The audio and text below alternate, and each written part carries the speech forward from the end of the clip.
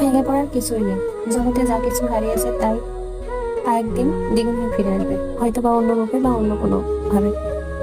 তোমার দরজায় কোনো কিছু নিয়ে অহংকার করার ঠিক নাই। অহংকার করে কি হবে বলেন?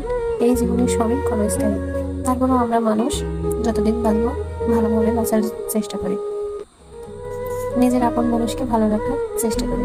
আমরা যা চাই সেটা যদি ভাগ্যে থাকে সেটা অবশ্যই পূর্ণ হবে, আর যদি সেটা কপালে না থাকে সেটা কখনোই পাবো না। আজকে আমি আবার চলে গেছি তৃতীয়বারের মতো আমার হাজব্যান্ডকে নিয়ে চোখের ডাক্তারের কাছে। আমি আগে প্রথম যে ডাক্তার দেখাইছিলাম উনি তো বলছিল যে ওখানে হবে না, পরে আমি আমার হাজব্যান্ডকে নিয়ে যশোর চলে গেলাম। যশোর একটা ডাক্তার দেখালাম, তো উনিও একবার পরিষ্কার করলো যে আমি পারবো না। পরে উনি দুটা ডাক্তারের নাম বলে দিল, একটা হচ্ছে মেহেরুজ্জামান আর একটা হচ্ছে আরিফুজ্জামান। তো আরিফুজ্জামান হচ্ছে নিউরো সার্জারি। তো উনি আমরা যেদিন সিরিয়াল পাইছি ওনারে পাইনি, ওনার সিরিয়াল আসলে পাওয়া যায় না খুব সহজে।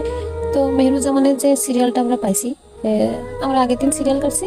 তো আজকে চলে যাচ্ছি আবার আমার হাজবেন্ডকে নিয়ে হসপিটালে। এরপর হসপিটালে চলে আসলাম, দেখেন সিঁড়ি বেয়ে বেয়ে উপরে উঠলাম। তো অনেক সকালে আসছি, তো বাসা থেকে যখন বের হয়েছি তখন 6টা 23 বাজে। তো অনেক সকাল সকালে আসছি, তারপরও লেট হয়ে গেছে। এদিকে আমার হাজবেন্ড আমার নিচে মোটরসাইকেল পার্কিং করছে, আর আমি রিপোর্টটা নিয়ে উপরে উঠে গেলাম একটু, যাতে আগে আগে হয়। তো ভিতরে গিয়ে দেখি আমরা যাওয়ার আগে অনেক লোক আসছে, দেখেন কত লোক, সবাই অপেক্ষা করছে। তো এটা দেখার পরে আমি রিসেপশনে গেলাম। রিসেপশনে গিয়ে এই ম্যাডামকে বললাম যে আমার হাজবেন্ডের সিরিয়াল আছে, আমাদের 9 নম্বর সিরিয়াল ছিল। তো উনি দেখে বলছে যে আপনার হাজবেন্ডের আসলে সিরিয়াল আছে ঠিক আছে, কিন্তু আপনার হাজবেন্ডের চোখে লেজার করা লাগবে। তো লেজার করার কথা শুনে আমার মনটা খুব খারাপ লাগলো যে আমার হাজবেন্ডের চোখে লেজার করা লাগবে, এটা তো আগে বলেনি। আর এখান থেকে তো রিপোর্ট না করে তো বলতে পারবো না যে আসলে লেজার করা লাগবে কিনা। এখান থেকে আগে দেখাবো, তো তারপরে মানে প্রথমে কথা বলে পরে বললো যে না, আপনাদের আগে ডাক্তারের চেক আপ করাতে হবে, তারপরে ডাক্তার দেখায় রিপোর্ট করে তারপরে অন্য কিছু করবে। এরপর আমার হাজবেন্ড উপরে আসার পরে আমার হাজবেন্ডকে ডাকলাম। আমার হাজবেন্ড অপেক্ষা করছে বসে বসে তার পরীক্ষা করার জন্য। তো এখানে একটা রিপোর্ট করতে দিয়েছে, সেই রিপোর্টটা হচ্ছে 5 থেকে 7 মিনিট লাগে। প্রত্যেকটা রোগী আমি দেখছি যাচ্ছে যাচ্ছে চলে আসছে, 5 থেকে 7 মিনিটের ভেতরে তাদের রিপোর্ট করা হয়ে যাচ্ছে। আর আমার হাজবেন্ডের ক্ষেত্রে এমনটা হয়নি। আমার হাজবেন্ডকে 22 মিনিট রাখার পরে তো আমার হাজবেন্ড আমার রিপোর্ট হচ্ছে না, মানে আমার হাজবেন্ডের চোখে রিপোর্টটা নেই, মানে রিপোর্টটা করা যাচ্ছে না। পরে ওনারা 22 মিনিট পরে আমার হাজবেন্ডকে বাইরে দিয়ে বলছে আপনি একটু মুখটা ধুয়ে আসুন। তো আমরা আবার ট্রাই করি।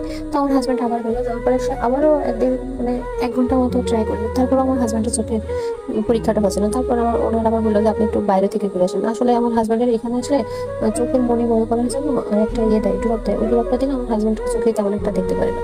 এরপর আমরা নিচে গেলাম, আমার হাজবেন্ডকে নিয়ে নিচে গেলাম। নিচে গিয়ে ও হচ্ছে আর দিকে আকাশের দিকে তাকাছিল রোদ লাগার জন্য, যাতে রিপোর্টটা একটু তাড়াতাড়ি হয়।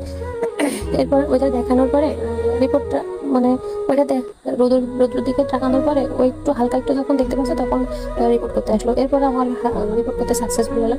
তারপর আমরা ডাক্তারের চেম্বারে চলে গেলাম। এই ডাক্তারটা অনেক সুন্দর, অনেক ভালো। তো আমার হাজবেন্ড আসলে জানে না আমার হাজবেন্ডের কি সমস্যা। ডাক্তার অনেক কথাই বলেছে, এই ডাক্তার বলে দিয়েছে একটা এমআইআর একটা সিটি স্ক্যান করতে বলেছে। অবশ্যই নিউরো সার্জারি ডাক্তার দেখায়।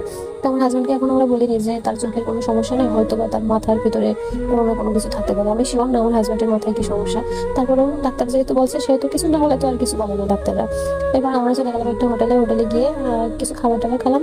খাবার দাবার শেষ করে আমি আসলে খাই, মনের ভিতরে খুব খারাপ লাগছে যে আমি এত অসুস্থ, আমার হাজবেন্ড একটু সুস্থ ছিল, সে এখন অসুস্থ হয়ে গেল। আস্তে আস্তে চলে গেলাম। আমি বললাম যে আমি ডাব খাবো। তো ডাবওয়ালার এখানে আসলাম, একটা ডাব খেলাম। তারপর আমার হাজবেন্ডের আমার খুব ছোলা বাদাম পছন্দ। তো ও আবার চলে আসলো ছোলা বাদাম কিনতে। তো আমি ভাবলাম যে একটু ছোট্ট একটা ভিডিও করি। তো এখান থেকে ভিডিও করা শেষে আমার হাজবেন্ড বাদাম ছোলা সবকিছু কিনলাম, আমি ওইদিকে ডাব খেলাম। সবকিছু শেষ করে আমরা আবার ওই হসপিটালের উদ্দেশ্যে রওনা দিলাম, যেহেতু আমাদের ওইখানে রিপোর্ট আছে, রিপোর্ট নিয়ে লাগবে। তো রিপোর্টটা দেখালাম, দেখায় ডাক্তার বললো যে সমস্যা নেই, চোখের কোনো সমস্যা নেই। ওনার যদিও কোনো কিছু সমস্যা থেকে থাকে সেটা অবশ্যই তার মাথায়। আমি জানি না আমার হাজবেন্ডের কি হয়েছে, তারপরে আপনাদের সবার কাছে বলছে আমার হাজবেন্ডের জন্য দোয়া করি যাতে তার কোনো সমস্যা না হয়। আমি তো আসলে ক্যান্সারে ভুগছি, সেও যদি অসুস্থ হয়। তারপরও যা হবার তা হবে। উপর আল্লাহ তো যা আমাদের কপালে লিখছে তার সেটাই হবে। আল্লাহর সাথে তো আমরা পাল্লা দিতে পারবো না, আল্লাহ যেটা আমাদের কপালে লিখছে সেটাই হবে। যাই হোক, আজকে ভিডিও এই পর্যন্ত। আমার হাজবেন্ডের জন্য এবং আমার জন্য সবাই দোয়া করবেন। ভালো থাকবেন সবাই। আল্লাহ হাফেজ।